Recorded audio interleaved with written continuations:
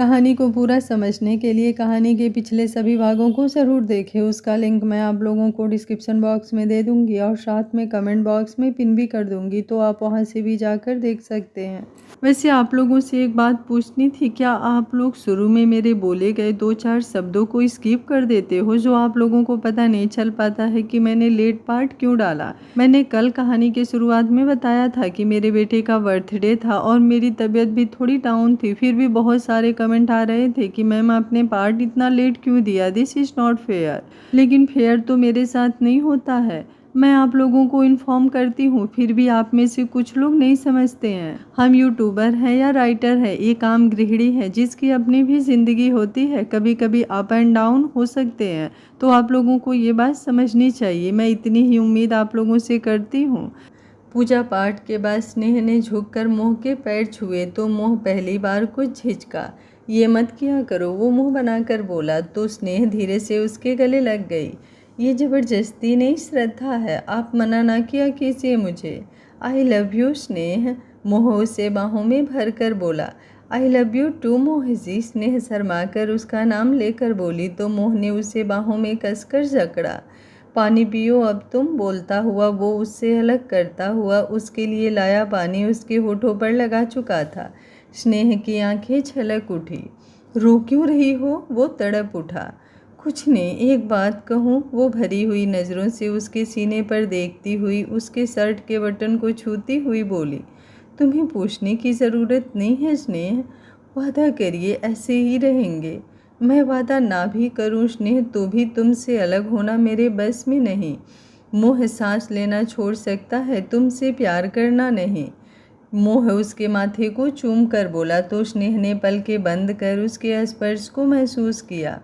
वो सर से फिसलती हुई चुनरी उसके जूड़े पर रुक गई, उसके बालों में लगा गजरा महक उठा।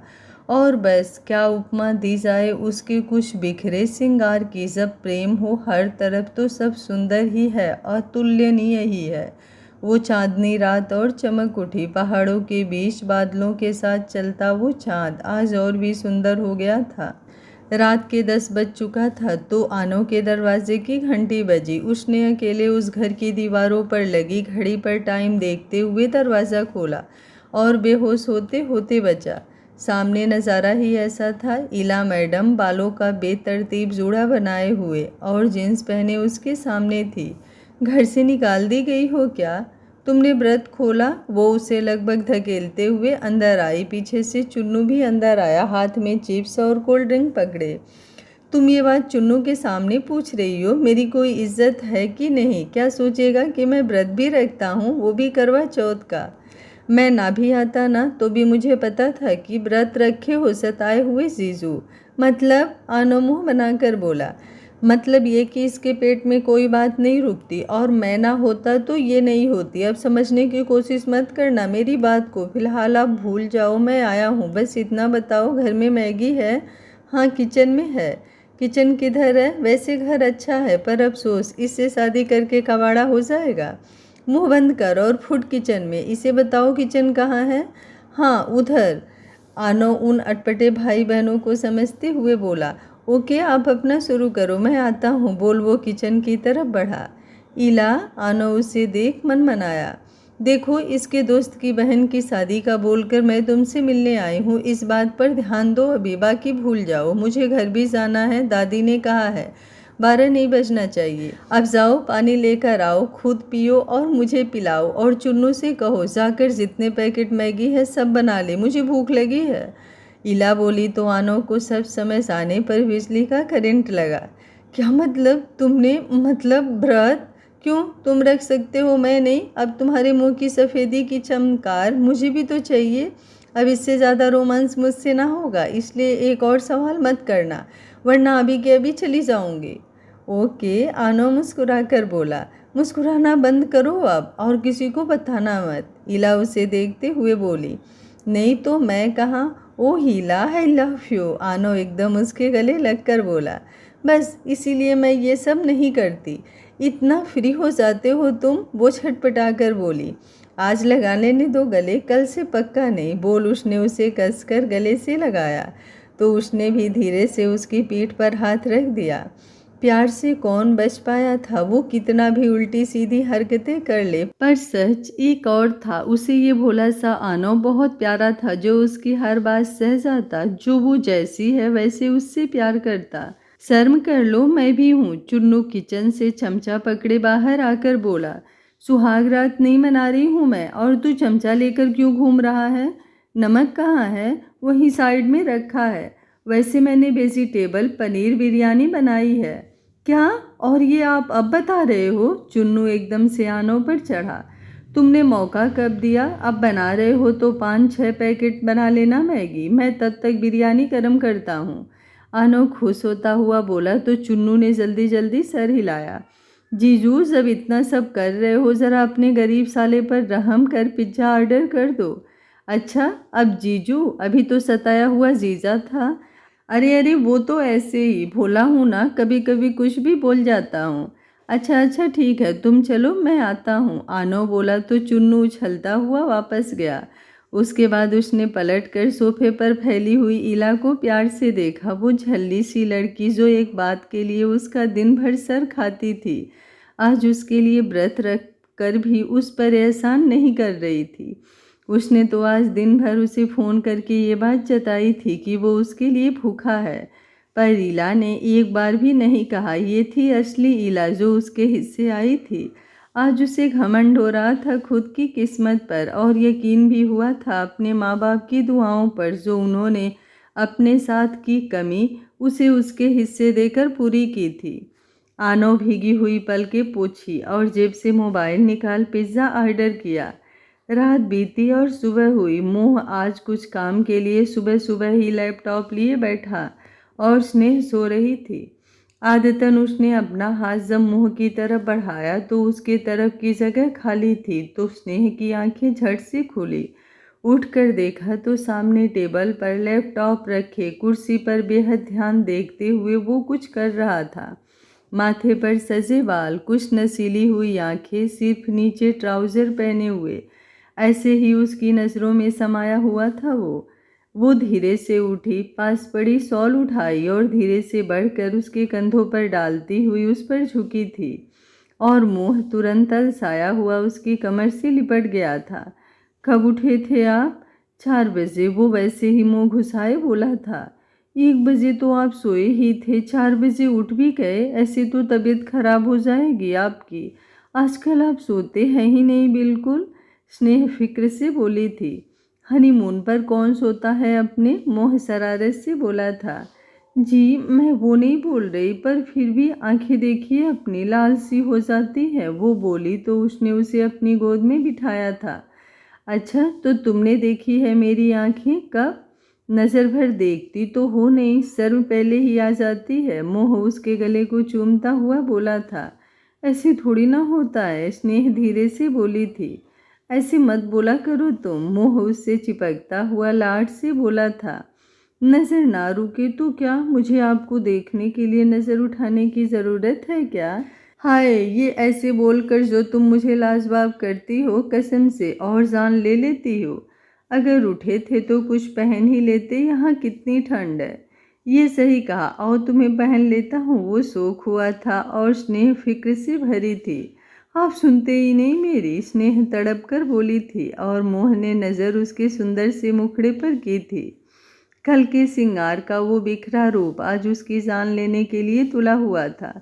निकले हुए जूड़े से चेहरे पर आए बाल, माथे पर फैली हुई मांग का सिंदूर, चमकती हुई बिंदी, बस कुछ रंग लिए लिपस्टिक, उन सुर्ख आंखों को समेटे हुए फैला हुआ काजल, और हथेलियों पर लगी हुई वो गोल गोल चंद्रमा सी मेहंदी जो स्नेह ने बस खुद ही लगा ली थी।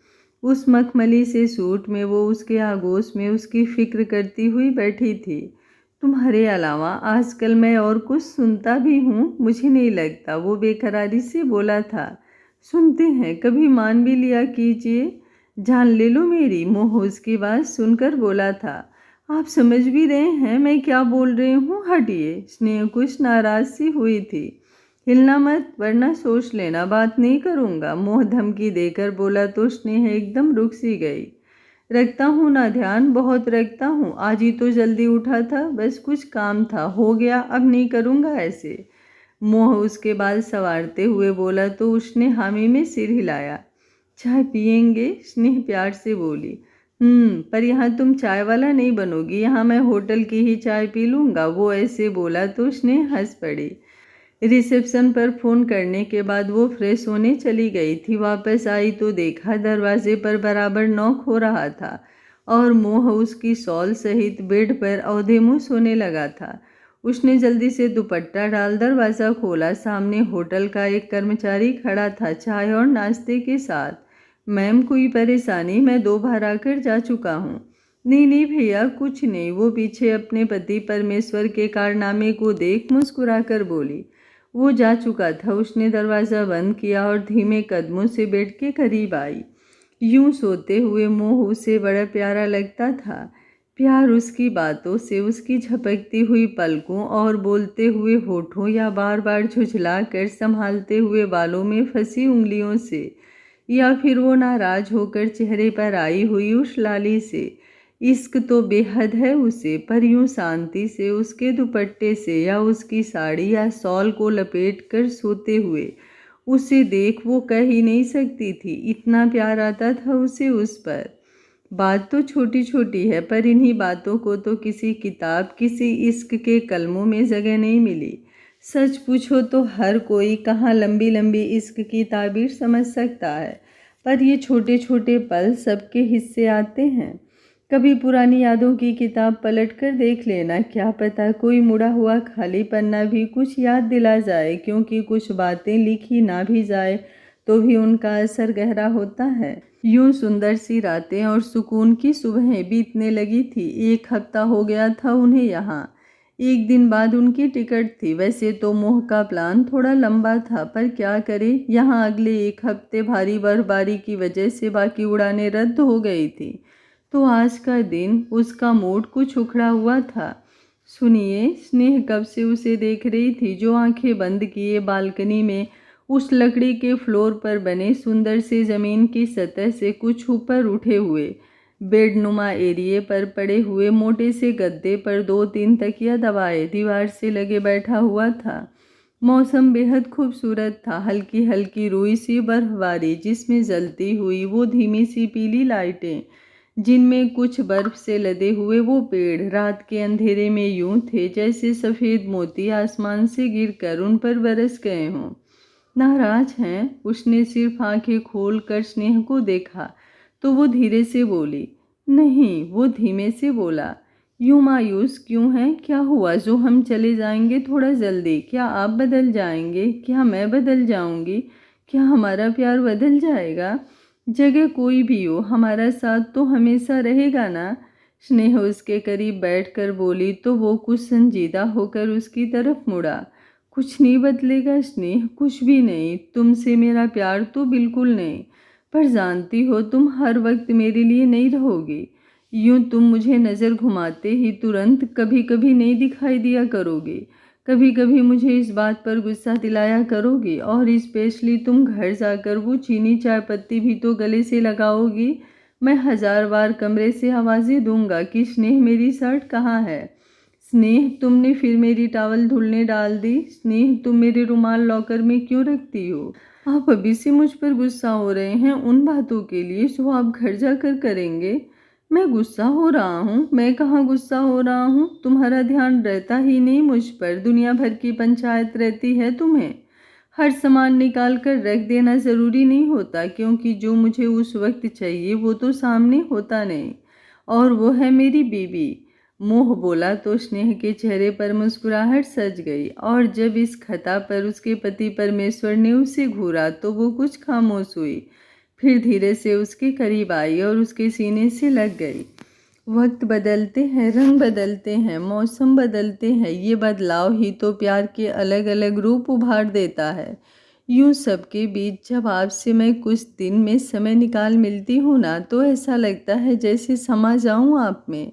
और कभी जब दिन भर बाद आप कभी काम से आते हैं और मुझे गले लगाते हैं, तो आपसे आती हुई वो आपकी महक मुझे ऐसा लगता है ज़िंदगी दे देती है। स्नेह लजाती हुई बोली थी। मुझे भी। मोह उसके बोलते हुए शब्दों में खोते हुए धीरे से उसे बाहों में कसकर बोला। तो स्नेह ने उसकी उंगलियों की हरकत समझ खुद को ढीला छोड़ दिया। ठंडी सी रात में उस नर्म सी रजाई के साथ वो उससे लेता हुआ लेट चुका था। ऊपर खुला आसमान जिसमें चाँद कहीं धुंध में छिप गया था, फिर भी स्नेह सिमटी थी। क्या हुआ? मोह सोखी से उसके कान के पास आकर बोला। जी हम बाहर हैं, स्नेह से कुछ आकर बोली। मेरे अलावा मेरी स्नेह को हवा भी नहीं छू सकती, वो धीरे से उसके कान के पास होठ रखकर बोला था। अब भी गुस्सा है 2 दिन बाद घर पर होने वाले सीन को खुद में सोचकर? स्नेह धीरे धीरे बोली, जबकि वो उसके पल्लू को हटाता हुआ उसके सीने में छिपा हुआ था। बहुत गुस्सा हूँ और अभी भी हो सकता हूँ, क्योंकि तुम बोल लो पहले। जी मैं कहाँ बोल रही हूँ, वो बोली तो मोह ने सर उठाकर उसे अजीब से देखा। कौन बोल रहा है, फिर बताइए जरा। स्नेह देवी जी, तुम्हारे अंदर कोई और है? क्या बोल रहे हैं आप? किसी और के इतने करीब होंगे तो मैं मर ही जाऊंगी। कितना अच्छा सोचती है मेरी बीबी, मतलब मैं यहाँ रोमांस का मूड बनाए हुए पागल हो रहा हूँ और इन्हें खुद पर यकीन नहीं है कि खुद के अंदर ये खुद हैं। जी मैं ही हूँ। अरे अच्छा किया बता दिया, और कुछ बताना है? नहीं तो मैं शुरू करूँ स्नेह? क्या? वो शर्मा कर आज पहली बार सब समझकर बोली थी, तो मोह ने दीवानों सा उसे देखा। वही जो तुमसे करके मेरा मन नहीं भरता, वो उसके गालों को छूता हुआ बोला। जी मैं क्या मना करती हूँ? मना कर दोगी तो मान जाऊंगा स्नेह, तुम मन से मेरी हो तो मेरी हो, जबरदस्ती तुमसे ना कर पाऊंगा। वो बोला तो स्नेह ने उसके मुंह पर हाथ रख दिया। आपको हक है, स्नेह नजर उठाकर बोली, और उसमें वो बद्धता उसमें खोता चला गया। चुन्नू ईला मैं आ गई। रमन के साथ आते ही घर में एंट्री लेते हुए कला इतनी तेज चिल्लाई कि पूरे मोहल्ले को पता चला कि वो घर आई है, और चुन्नू ईला तो छत से भागते हुए नीचे आए। आप फिर आ गई? चुन्नू मुंह में मूंगफली डालते हुए बोला। फिर से क्या मतलब है? कितने दिन बाद आई हूँ और तेरे घर आई हूँ, ये मेरा भी घर है। अब हटो साइड में और मेरा बैग उठा कर लाओ। हाँ कुली पैदा हुआ हूँ मैं इस घर में। अफसोस के साथ कि ये बात सच है, इला उसकी तरफ मुंह करके बोली। मर जा तू, कहता हुआ चुनमुन कला का सूटकेस उठाने आगे बढ़ा। पीछे से आई हुई तीनों देवरानी जेठानी और उनकी बहुएं और दादी और बुआ झट से कला से मिलने के लिए हाजिर हुई। दीदी सच बताओ, गुड्डू जीजा के कान सही हैं अभी तक कि मैं मशीन ऑर्डर करूं? इला बोली तो कला ने उसे घूरा। तो इस हिसाब से तो तुम सबके कान भी खराब हो जाने चाहिए। नहीं होंगे, हमें बचपन से आदत है भाई। रमन पीछे से बोला तो इला ने उसे ताली दी।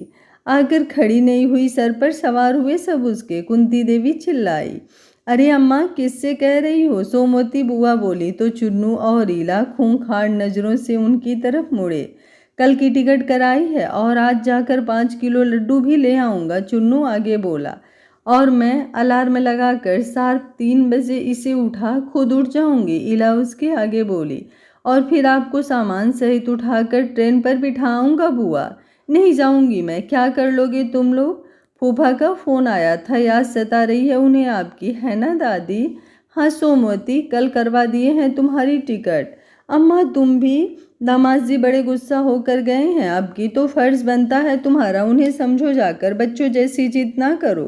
कुंती देवी बोली तो सोमवती बुआ का मुंह बना और चुन्नू ने उन्हें शरारती मुस्कान से देखा। बुआ चली जाओगी कल? मैं तो मिली भी नहीं सही से आपसे। कला कुछ ज़्यादा ही भावुक हो गई थी मायके आकर, तो एकदम से चुन्नू और इला को अपने कानों पर यकीन ही नहीं हुआ।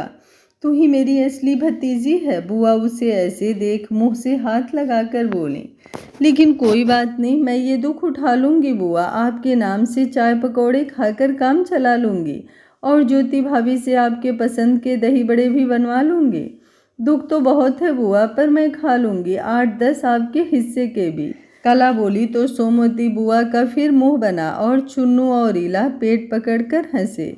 दीदी आपने तो डरा दिया, मुझे लगा आप अपना दिमाग ससुराल छोड़ आई हो गुड्डू जीजा के पास। चुप कर, सामान कमरे में रख और चल, स्नेह से बात करते हैं और साथ ही विभा दीदी को भी लाइन पर लेते हैं। रीमा भाभी, ज्योति भाभी, ये लीजिए आपकी बनारसी साड़ियाँ, असली है, आपको चाहिए थी ना? हाँ कला, ये तो बहुत सुंदर है, नंदोई जी की पसंद है। और क्या? कला इतरा कर बोली तो वो दोनों मुस्कुरा उठी। फिर क्या झट से चाय, फट से दुनिया भर की बातें। और वो तीनों आकर बंद हुए कमरे में। क्या देख रहे हैं? मोह अभी जीन्स शर्ट और ऊपर से लेदर जैकेट में। किसी की भी नज़र उस पर ठहर जाए ऐसा लग भी रहा था। कुछ नहीं, उस लड़की को देख रहे थे। स्नेह धीरे से बोली तो मोह ने हैरानी से उसे देखा। मैंने पहले ही कहा था कमरे से बाहर मत चलो। अब देखो दिमाग हिलने लगा है तुम्हारा। मैं यहाँ लड़कियाँ ताड़ने आया हूँ क्या? मैं वो नहीं बोल रही, मुझे लगा बस। आप गुस्सा क्यों हो रहे हैं? आज मोह और स्नेह को घर आए 1 दिन हो गया था और स्नेह के आते ही जो बातों का सिलसिला शुरू हुआ वो विभा और स्नेह के मायके जाने पर खत्म हुआ। अब दिवाली आ रही थी तो सोचा उससे पहले ही जाकर वापस आ जाएंगे। और कला भी तो आई है, सोचकर विभा खुशी से भर गई। हाँ दीदी, कितने दिन हो गए एक साथ हम नहीं हुए। स्नेह भी खुशी से बोली। तो चली जाओ ना दोनों, पद्मा दीदी से मैं बोल दूंगी और फिर उसके बाद विभा को भी तो घूमने जाना है। नेताजी बोली तो विभा शर्माई। क्या माँ, आप भी ना? अरे क्या गलत कहा चाची ने? सोच रही हूँ मैं भी चली जाऊँ घर, तुम लोग होंगे नहीं तो अच्छा नहीं लगेगा। घर जाकर आराम से माँ के हाथ की गुजिया लाऊंगे। हमें भी जाना है और गरम गरम खाना है, अनुज विवेक एक साथ बोले। बिल्कुल नहीं, घर की साफ सफाई कौन करवाएगा? तुम चारों हमारी मदद करोगे। ये बात अब की पद्मा जी ने आते हुए बोली थी। चारों? हाँ, तुम दोनों और आनो मोह। मोह भैया कुछ नहीं करते, सिर्फ हमारे काम में कमी निकालते हैं कि ये झूमर गलत लगा है, ये लाइट सेट करके लगाओ, ये तार उलझे हुए ही क्यों जोड़ दिया, इन्हें सही करो, ये गाड़ी की सर्विस कराई तो टायर क्यों नहीं बदलवाएं? विवेक पिछला सब याद कर बोला।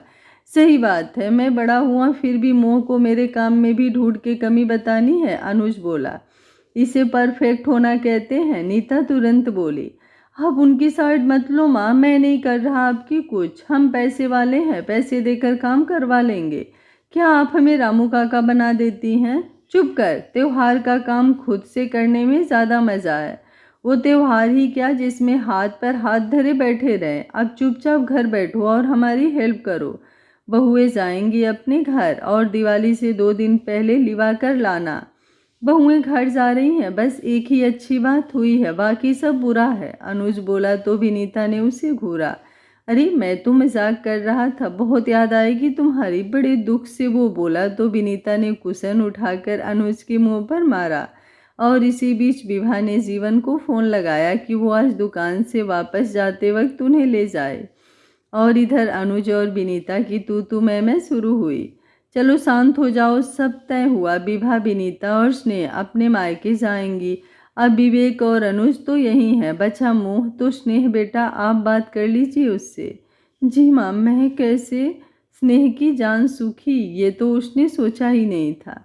जैसे इन दोनों ने अपने पतियों को बताया है तुम भी बता दो। ओके बेटा, बोलते हुए नीता जी मुस्कुराई और स्नेह के मुंह का रंग उड़ा। शाम को जब मोह कमरे में आया तो स्नेह उसे कमरे में ही मिली, उसका सारा सामान हाथ में लिए, सुंदर ग्रीन साड़ी पहने, बिल्कुल तैयार होकर बेहद खूबसूरत। मोह उसे देखते हुए आगे आया। जी कपड़े बदल लीजिए। वो ठीक है, पर लिए क्यों खड़ी हो? मैं घर आ गया हूँ, अब वापस कहीं नहीं जाना मुझे। मोह उसकी अजीब हरकतें देखकर बोला।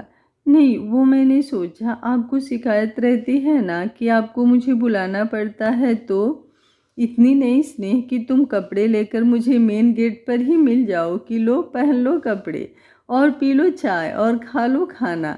इतना तेज नहीं बनना स्नेह कि मैं कमरे तक आते आते नाइट सूट पहन चुका हूँ और तुम कमरे के दरवाजे पर ही कम्बल दो मुझे और कहो अब सो जाइए, और अगर नींद ना आए तो मैं लोरी सुना दूंगी। बीबी हो, रोबोट नहीं। ऐसा थोड़ी ना है, वो मुझे आपको कुछ बताना है। अब हो तुम पॉइंट पर, बोलो क्या कहना है। आप गुस्सा क्यों हो रहे हैं? कहाँ गुस्सा हूँ? आप इतनी तेज बोल तो रहे हैं। मैं कहाँ तेज बोल रहा हूँ स्नेह? वो अब उसकी गोल गोल बातों से झुठलाया, फिर थोड़ा नरम हुआ। अच्छा ठीक है, क्या है बताओ। मैं घर चली जाऊँ, भैया आ रहे हैं लेने। कब? अभी, वो बोली और बोलकर आंखें बंद कर ली और मोह ने उसे मुड़कर देखा। मन तो किया बोले कि नहीं जाएगी वो। जाओ, मोह बोला तो उसने हैरानी से आंखें खोल दी और उसे देखा, वो पलटा खड़ा था। वो थोड़ा झुकी। मजाल है कुछ समझ पाई हो कि उसके पति परमेश्वर क्या सोच रहे हैं। आप कुछ कहेंगे नहीं? नहीं, मैं क्यों कुछ कहूँगा? पैकिंग कर ली है ना तुमने? तो जाओ। मोह बोलता हुआ शर्ट निकाल उसके हाथ से टी शर्ट लेकर पहन चुका था तो स्नेह ने एकटक उसके चेहरे को देखा। उसका कुछ ना बोलना आज उसे खलसा गया था। ठीक है, मैं जा रही हूँ। स्नेह एकदम से उसके पास से निकलती हुई अलमारी की तरफ बढ़ी। जो स्टाइल से कपड़े निकाले मुँह मुस्कुरा उठा। आज जाकर उसकी बीवी अच्छी तरह नाराज हुई थी और इस बार वो अच्छे से इस बात को एंजॉय करने वाला था। पता तो उसे पहले ही चल गया था जब जीवन ने फ़ोन करके उसे बताया था, क्योंकि उसे कुछ मोह से काम था तो उसने फ़ोन रखते रखते ये बात भी उसे बता दी थी। अब वो बड़े हैं तो उनकी बात तो वो काट नहीं सकता था, तो भेजना तो उसे स्नेह को था ही। स्नेह का जाना जान तो ले ही लेता है उसकी, पर आज उसकी जान का अलग ही रूप देखना उसका बनता तो है। सुनो स्नेह, ये पीली साड़ी ले जाना, अच्छी लगती है तुम पर। मोह बेड पर गिरता हुआ बोला। ले जाऊंगी, सब ले जाऊंगी, जो आप बोलेंगे वो सब ले जाऊंगी। उसकी बात काटना स्नेह को आता नहीं था और इला की तरह चिल्ला चिल्ला कर लड़ना भी उसे नहीं आता था, तो बेचारी ऐसे गुस्सा कर रही थी जैसे सामने वाले पर एहसान कर रही हो। और ये देख मोह को बड़ा प्यार आया था उस पर। मैं 1 हफ्ते बाद आऊंगी, वो धीरे से बोली। नहीं, मन हो तो और रुक लेना। मोह दिल पर पत्थर रख कर बोला। तो जब मन होगा तब आ जाइएगा, जितने दिन अकेले रह पाए उतने दिन रह लीजिएगा। वो अब रुआंसी हुई थी और मोह का दिल तड़प उठा था। स्नेह, मैं बस। वो बेड से उठकर खड़ा हुआ था कि तभी विनीता उसे बुलाती हुई आई कि जीवन आ गया है, और मोह वहीं रुक गया। मैं जा रही हूँ, स्नेह भीगी आंखों से बोली और आगे बढ़ गई तो मोह भी उसके पीछे उसका सामान लेकर नीचे आया। अब नीचे सब थे तो वो उनके बीच बस झुकी हुई पलकें देख पाया, बोल कुछ नहीं पाया। वो जीवन से मिला और चाय नाश्ते के बाद स्नेह सबके साथ बाहर आ गई। अब मोह बेताब सा हुआ था। सामने बस चंद कदम दूर स्नेह खड़ी थी, मायूस सी, और वो बढ़कर मना भी नहीं पाया, बता भी नहीं पाया कि वो कैसे रह पाएगा उसके बिना, कि वो नहीं चाहता कि वो ना जाए, या जाए तो उसे लेकर जाए। आज उसे गुस्सा खुद पर आया था। सबके पैर छू कर जब वो उसके पास आकर खड़ी हुई तो वो बस इतना ही बोल पाया, एक किस तो दे ही देती ना। और स्नेह सुनकर उसके पास से तुरंत आगे बढ़ गई थी। ये रहा मोह को सबसे बड़ा रिग्रेट। आज समझ आया था उसे कि बीबी से पंगा महंगा ही होता है। गाड़ी में बैठकर चुपके से मोह को देखा था। ब्राउन टी शर्ट और ब्लैक लोअर में उसका पति सिर्फ किस करने वाला नहीं, जी भर कर प्यार लुटाने वाला लग रहा था। पर आज वो दुखी हुई थी। ऐसे कैसे कभी इतना नाराज हो जाते हैं कि उसे घंटों मनाना पड़ता है। और आज फर्क ही नहीं पड़ा, अच्छा ही नहीं लग रहा था उसे घर जाते हुए। कैसी विडम्बना है, वो घर जहाँ सुकून बसता है हमारा, आज अच्छा नहीं लग रहा था उसे। यही तो फर्क है बॉयफ्रेंड के ज़माने में पति प्रेम की परिभाषा। बॉयफ्रेंड से मिलकर कभी अपना घर बेगाना नहीं लगता, पर पति में ना जाने क्या समाया हुआ उसमें कि आज उसने रोका नहीं तो जाना भी बुरा लग रहा था। और अगर वो रोकता तो मायके जाना दुनिया की सबसे बड़ी दुआ बन जाता। पलकें भीग गई स्नेह की। गाड़ी से जाते हुए शीशे में दूर तक खड़े हुए उसके अक्स को देखते हुए, बालों को उंगलियों से संभालते हुए, वो इधर उधर देखते हुए वो बार बार गाड़ी की तरफ देख रहा था। और स्नेह का मन किया कि दौड़ जाए उसकी पनाहों में। यही तो प्रेम है। विवाह के बाद इस प्रेम को महसूस हम जिंदगी के हर पड़ाव पर करेंगे। कभी महसूस करिएगा, हम दिन भर कितनी भी खट्टी मीठी बातों पर रूठे लड़े, पर जब यूं साकर कहीं कुछ दिन दूर होना होता है तो पीछे खड़ा हुआ पति हमें सबसे प्यारा लगता है, फिर चाहे वो मायका ही क्यों ना हो। यही प्रेम है जो उनके हिस्से आता है जिन्होंने प्रेम को जी लिया है, मान लिया है कि कुछ भी हो मुझे प्रेम है अपने पति से।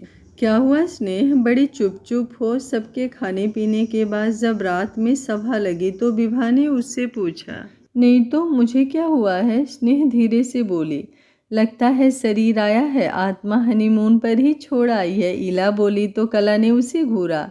चुप कर, उसे तंग मत कर। बोलो ना स्नेह, अच्छा नहीं लग रहा तुम्हें मोह जी के बिना? मेरे अच्छा लगने से क्या होता है, उन्हें अच्छा लग रहा होगा तो मुझे भी अच्छा लग रहा है। स्नेह बोली तो सबको समझ आया कि बात कहाँ है और ईला का खुरापाती दिमाग घूमा। अरे मेरी प्यारी बहन को क्या हुआ? मोह जीजू ने कुछ कहा क्या? हमें नहीं बताओगी? ईला ने बेचारा मुंह बनाकर कहा तो स्नेह हमेशा की तरह फंस गई। पता है तुम्हारे जीजू बिल्कुल अच्छे नहीं हैं, स्नेह मुंह बनाकर बोली। क्या किया उन्होंने, बताओ मुझे? अब की पूरी मंडली उसके चारों ओर बैठकर बोली। मुझे आते टाइम एक बार भी नहीं रोका। सही बात है, ऐसा कोई करता है भला? अब दीदी इतनी अच्छी चाय भी बना लेती हैं फिर भी नहीं रोका। चुन्नू ने ताल दी तो स्नेह रो पड़ी। अरे रो मत दीदी, आप जाओगी ना दोबारा अपने ससुराल तो मैं छाती पीट पीट कर रोऊंगा।